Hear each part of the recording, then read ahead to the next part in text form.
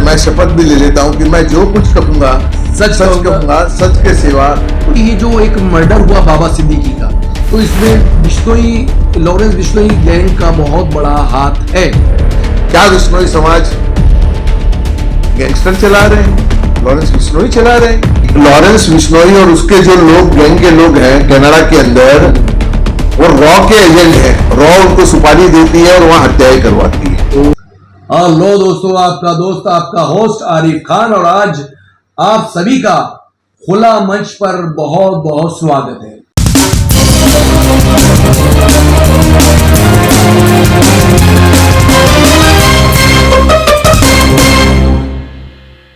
और दोस्तों, आज हमने आपके लिए इस एपिसोड में उस शख्सियत को लाई है आपसे मिलाने के लिए जो इसके खुद प्रोड्यूसर है, खुला मंच के प्रोड्यूसर, जिनका नाम है संजय बेड़िया केरगांवकर। संजय बेड़िया साहब जी, खुला मंच के इस मंच पर आपका बहुत बहुत स्वागत है। धन्यवाद जी। और मैं आपसे इतना ही कहना चाहूंगा कि हमारे कुछ सवाल ऐसे होंगे जो करेले से भी ज्यादा कड़वे होंगे। मैं शपथ भी ले लेता हूँ कि मैं जो कुछ कहूंगा सच कहूंगा, सच के सिवा कुछ नहीं कहूंगा। अच्छा संजय बेड़िया साहब, मैं आपसे ये सवाल पूछना चाह रहा हूं कि सबसे पहले आप ये बताइए कि आपका 35 साल का राजनीति सफर अभी तक चला, यहां से आपने उसको ब्रेकअप क्यों कर दिया उसके साथ, और वजह क्या थी, और किस पार्टी से आप बिलोंग करते थे, हमारे दर्शकों को बताइए। नमस्कार जी। खुला मंच का खुले दिल से आरिफ भाई और पूरी टीम को धन्यवाद देना चाहता हूं। मेरा बचपना शुरू हुआ विश्व हिंदू परिषद से, वहां से मैं भारतीय जनता पार्टी, और भारतीय जनता पार्टी से मैं नेशनल युवा मोर्चा तक, और युवा मोर्चा से फिर से भारतीय जनता पार्टी मुंबई और डिस्ट्रिक्ट में बहुत से पदों पे रहा। केंद्र की कम से कम 4 या 5 कमेटियों पे रहा मैं केंद्र की सरकार के अंदर। और अब जब मुझे लगा कि ये बड़ी खोखली दुनिया है, बड़ी झूठी दुनिया है, एक बनावटी दुनिया है, तो मैंने धीरे से अलग कर लिया अपने आप को। बेबाकी से बोलता हूं, लोग मेरी बात को सुनते भी हैं, अमल में भी लाते हैं।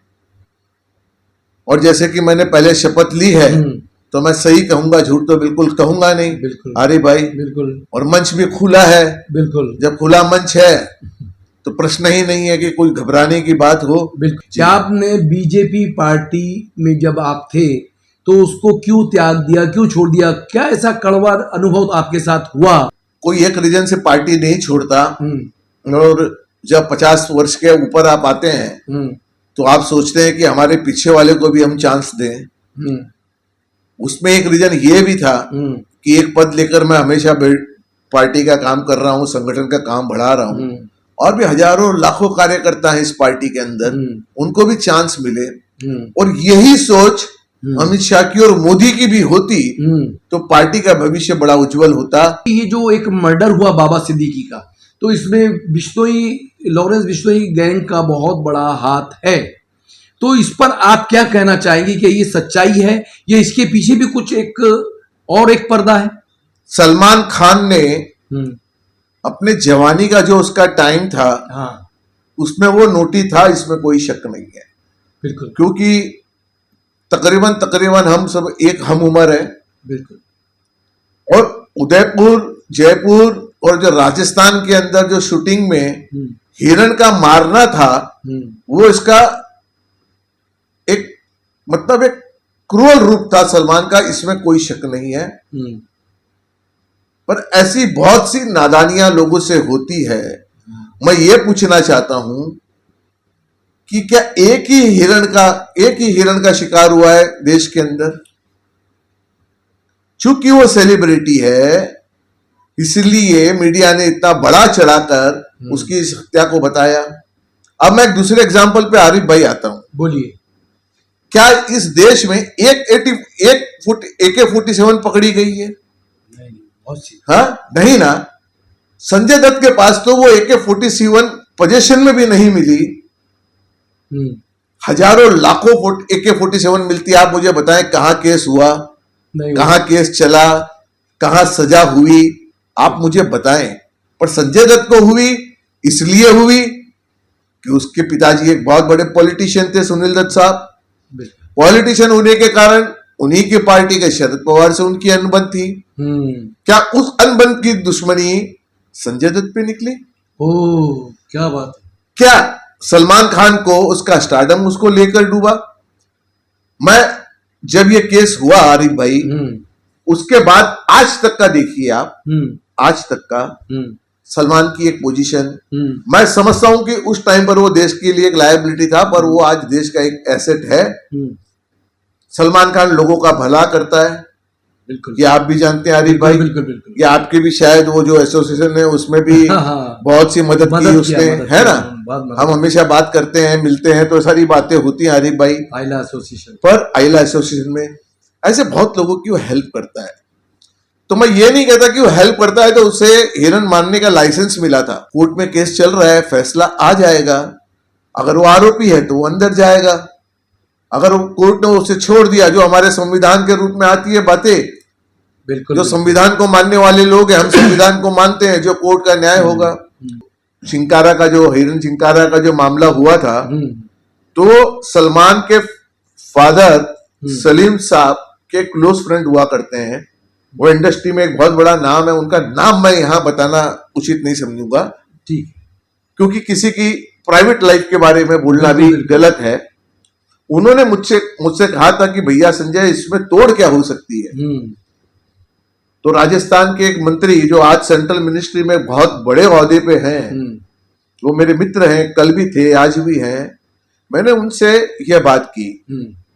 आरिफ भाई, उन्होंने विश्नोई समाज के लोगों से बात की।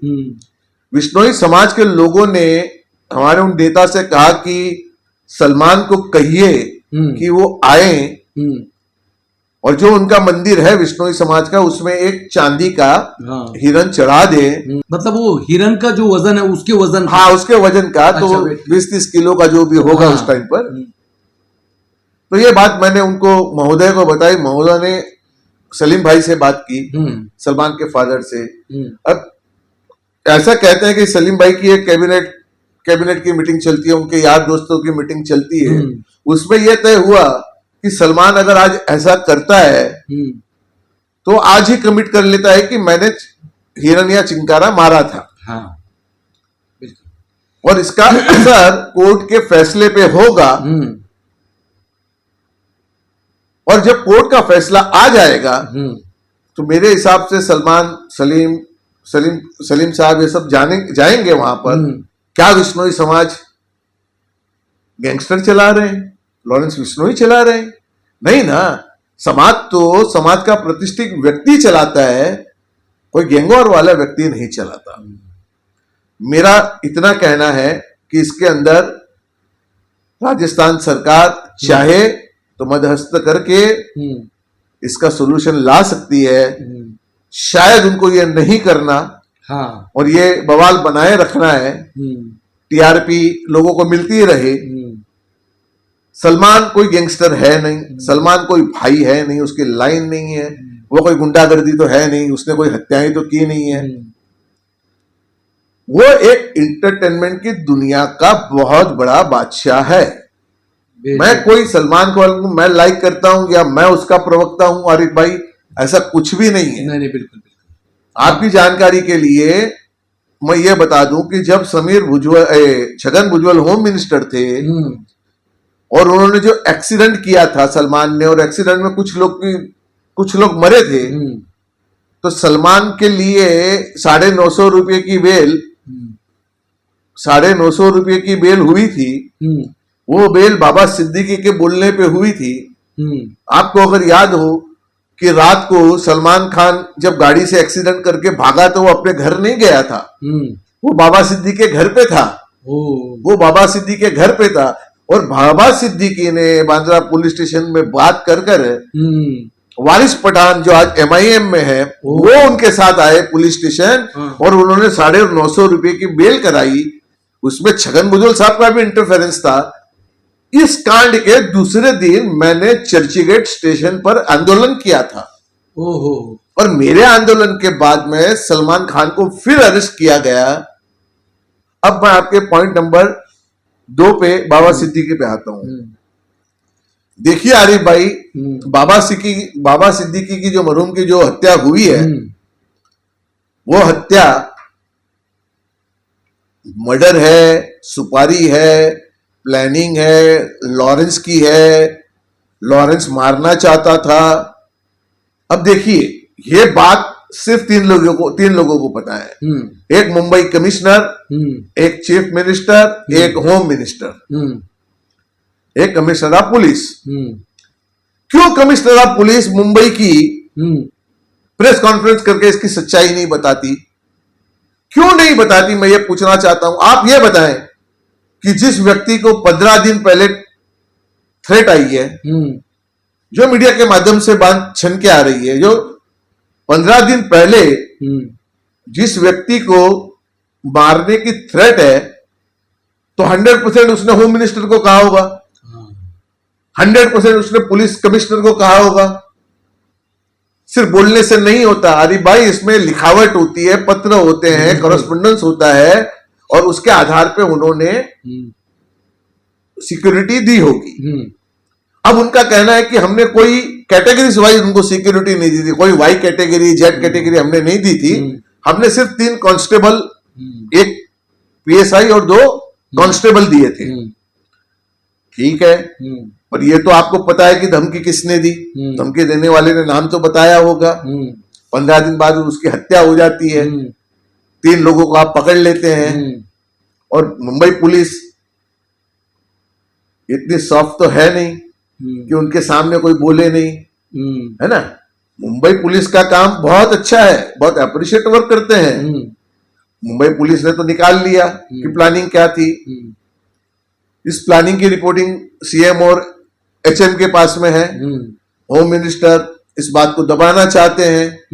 इस बात को क्यों दबाना चाहते हैं? परत कहां से खुल रही है? कहीं इलेक्शन में उनकी परत तो नहीं खुल जाएगी, इसलिए ये बात पब्लिक तक नहीं आ रही। आपने जैसे कहा बाबा सिद्दीकी और लॉरेंस का, सलमान खान के बदन में गोश्त, उसके 10 दोस्त। अरे भाई, इतने सारे दोस्त में लॉरेंस ने बाबा को ही क्यों चुना? बाबा को ही क्यों चुना? उसके तो बहुत सारे दोस्त हैं। और जहां तक मैं जानता हूं कि सलमान के जो जिगरी दोस्त हैं, जो सुबह आते हैं और सुबह घर जाते हैं, उसके साथ 24 घंटा रहते हैं, उसके सारे दोस्त आजू बाजू में। ऐसे तो बहुत सारे दोस्त हैं उनकी इंडस्ट्री के अंदर। तो इस एंगल को मैं लॉरेंस से जोड़ के नहीं देखता। लॉरेंस से नहीं जोड़ते? नहीं, मैं इस सब्जेक्ट को लॉरेंस से जोड़ के नहीं देखता। इसका कारण यह है कि ये देखिए, इलेक्शन के पहले एमएलए का, एक्स एमएलए का मर्डर होना ये कोई आज की बात नहीं है। मैंने मरहूम प्रेम कुमार शर्मा का मर्डर भी देखा है, जो एमएलए थे, वो भी चुनाव के पहले हुए। रमेश मोदी का मर्डर देखा मैंने। आज मैं बाबा सिद्दीकी का देख रहा हूं। तो कुछ ना कुछ ऐसे जिशान सिद्दीकी जो है, वो खुद एमएलए है। उसको इस विषय का पता होगा कि मेरे बाप को धमकी आई तो क्यों आई, किसने क्या मांगा था, क्या जिशान से बात हुई, पुलिस ने जिशान से बात की, जिशान का इंट्रोगेशन हुआ, क्योंकि इसमें होना जरूरी है। वो तो पुलिस ने किया नहीं। पुलिस ने न करने का एक ही कारण है कि पुलिस को सब पता है कि इसका मेन हत्यारा, मेन शूटर और इसका मोटो क्या है। अब मैं आपको विषय आता हूं लॉरेंस बिश्नोई पे। लॉरेंस बिश्नोई, आज कुछ मीडिया बोल रही है दाऊद से बड़ा हो गया, दाऊद से छोटा हो गया, दाऊद के इतना कर लिया, 700 शूटर हैं, ये है वो है। तो मैं लॉरेंस को एक मैसेज आपके इस चैनल से माध्यम से मैं ये देना चाहता हूं। अरे लॉरेंस, अरे मेरे छोटे भाई, माना तू जिगरबाज है, माना तू जेल में रह के मर्डर करवा रहा है, मैं तेरी सब बात माना, पर आज तू जो कर रहा है उसमें ज्यादा से ज्यादा तुझे बड़ा बनाने में सोशल मीडिया का काम है। मैंने मुंबई के 80 और 90 का दशक देखा है, 80s और 90s की मुंबई देखी है, जहां रोज एक लाश गिरती थी, मीडिया नहीं होता था, ना न्यूज़पेपर था, ना इलेक्ट्रॉनिक मीडिया था। पर यहां भाई बड़ी जोर से उभर के आते थे। इतने क्रूअल भाई हुए हैं मुंबई के अंदर, आप तो गोलियां मरवा देते हो, वो तो अंगुलियां काटते थे, अंगुली काट कर जान से मारते थे। मैं हमीद मजीद जो एक बहुत क्रूअल गैंगस्टर हुआ करते थे, मैं ऐसे बहुत से ना, समद खान, जब दाऊद का बहुत बड़ा हुरूस था, दाऊद अपने मतलब अपने हाँ हुजूर पर था, तो उस टाइम समद खान उसकी गली में घुसकर, वो पुरानी गन मशीन नहीं होती थी जो हवलदारों के पास होती थी, वो गन मशीन से उसने 200-250 राउंड फायर किए। और जब तक किए, क्योंकि जब वो मशीन गन चलती है तो गर्म हो जाती है, और गर्म होने के बाद में उसके हाथ की पूरी चमड़ी निकल गई थी समद खान की, और वो रुका नहीं और अकेला गया था। तो ऐसे मर्द भी इस मुंबई शहर में हुए हैं। मैं लॉरेंस को यह कहना चाहता हूं, अरे तू यहां मुसाफिर है, ये सराय पानी है, 4 रोज की मेहमा तेरी जिंदगानी है। क्या बात, समझे? आपको मैं एक और बता दूं कि मुंबई की जनता बहुत बहुत हिम्मत वाली है। आप देख लीजिए, दूसरे शहर में एक्सीडेंट होता है, कोई नहीं आते, यहाँ एक एक्सीडेंट हो जाए तो कम से कम 100 लोग भागकर आते हैं। हिंदू मुस्लिम सिख ईसाई सब मिलकर आते हैं यहाँ। आप यहाँ हिंदू मुस्लिम की कोई तनाव नहीं है इस शहर के अंदर, यहाँ किसी के पास टाइम नहीं है, पर ऐसा हादसा हो जाए तो सबके शुभ लगते हैं। तो आप ये समझ लीजिए कि ऐसे क्रिमिनल्स को मुंबई की हम 3 करोड़ लोग, मतलब 6 करोड़ आंखें देख रही है। हम अब टॉलरेट नहीं कर सकते कि कोई गैंगवार हमारे शहर के अंदर आए, हम इसको बर्दाश्त ही नहीं कर सकते। ऐसा नहीं है लॉरेंस, आप वहां से करेंगे, यहां कोई एक बच्चा अपनी गैंग लेकर खड़ा हो जाएगा, फिर ये खून खराबा हो, ना मैं चाहता हूं, ना हरीफ भाई चाहते हैं, ना हमारा देश का प्रशासन, हमारे शहर का कमिश्नर ऑफ पुलिस चाहेगा, ना कोई राजनीतिक पार्टी चाहती है, ना जनता चाहती है, ना आवाम चाहती है। बाकी राजनीतिक पार्टियों के जो बड़े लोग हैं उनका मुझे पता नहीं, तो ना हम किसी को यहां दादागिरी करने देंगे हमारे शहर पे। और हर दादागिरी करने वाले को, चाहे वो लॉरेंस बिश्नोई हो, या दाऊद इब्राहिम का ग्रुप हो, या रमा नाइक का ग्रुप हो, या गौली का हो, या और कोई हो, हम टॉलरेट नहीं करेंगे। हमारे मुंबई की जनता इसको टॉलरेट नहीं करेगी। एक जगह से बात निकल करके आ रही है कि ये लॉरेंस बिश्नोई आज जो है तो अहमदाबाद की जेल में, गुजरात की जेल में है, तो ये यहां से निकाल कर इनको बाकायदा अहमदाबाद की जेल में भेजा गया। तो ये क्या पॉलिटिक्स है, ये क्या, इसकी सच्चाई क्या है, मैं ये जानना चाहता। हाई कोर्ट के एक वकील का एक वीडियो वायरल हो रहा है जिसमें वो चिल्ला कर कह रहे हैं कि ये लॉरेंस बिश्नोई को सिर्फ टारगेट बना रहे हैं, हथियार बना रहे हैं, उसके कंधे पर बंदूक रख करके चला रहे हैं। ये बाबा सिद्दीकी का जो मर्डर है, वो मर्डर बिल्डर लॉबी ने कराया है मुंबई में, क्योंकि धारावी का जो मामला है, जो झोपड़पट्टी डेवलप होने वाली है, वो बाबा सिद्दीकी को उसका कॉन्ट्रैक्ट मिलने वाला था, क्योंकि वो अजीत दादा की पार्टी में शामिल हो चुके थे। तो ये बात में क्या सच्चाई है, इसके बारे में आप क्या कहें? मरहूम बाबा सिद्दीकी जी की हत्या क्यों हुई, कानूनी तौर पर किसी ने भी इनकी पुष्टि नहीं की है। कि 3 लोगों को अच्छी तरह पता है, 3 लोगों को, Mumbai commissioner of police, CM और होम मिनिस्टर को, कि इस हत्या का कारण क्या है, और उसे पब्लिक नहीं किया जा रहा। 15 दिन पहले की धमकी लीजिए, अब ये हरियाणा से आए थे, हरियाणा के लाए गए हैं, और मैं ऐसी कोई पुष्टि नहीं करता कि मुझे इसकी जानकारी है, क्योंकि जब तक ये 3 आधिकारिक तौर पर पुष्टि नहीं करते, जब तक हमारा बोलना गलत होगा। पहली बात। दूसरी बात, आपने कही लॉरेंस की अहमदाबाद जेल की कहानी, तो एक बात, 3 दिन पहले कनाडा के जो आला पुलिस अधिकारी हैं, उन्होंने कनाडा में एक प्रेस कॉन्फ्रेंस की, और उस प्रेस कॉन्फ्रेंस में उन्होंने ये कहा कि लॉरेंस बिश्नोई और उसके जो लोग, गैंग के लोग हैं कनाडा के अंदर, वो रॉ के एजेंट हैं, रॉ उनको सुपारी देती है और वहां हत्याएं करवाती है। ओहो।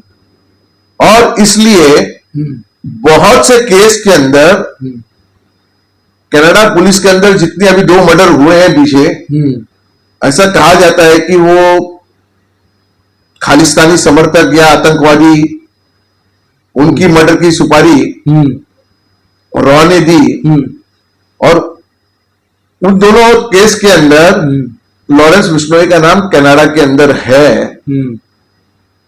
एफआईआर के अंदर, और कनाडा की पुलिस कभी भी यह कह सकती है कि हमको इनका ताबा चाहिए। किसका? लॉरेंस बिश्नोई को ताबा चाहिए। इसके लिए उसको प्रोटेक्ट करते हुए अमित शाह ने एक ऐसा प्रोविजन निकाला है कि उसको 1 साल, वो 1 साल की मियाद तो खत्म हो गई थी गए महीने में, फिर से उसको रिवोक कर दिया उस सब्जेक्ट को। हाँ, तो निकाला ही नहीं जा सकता। अब बात यह आती है कि रॉ की ये एजेंट है या नहीं है।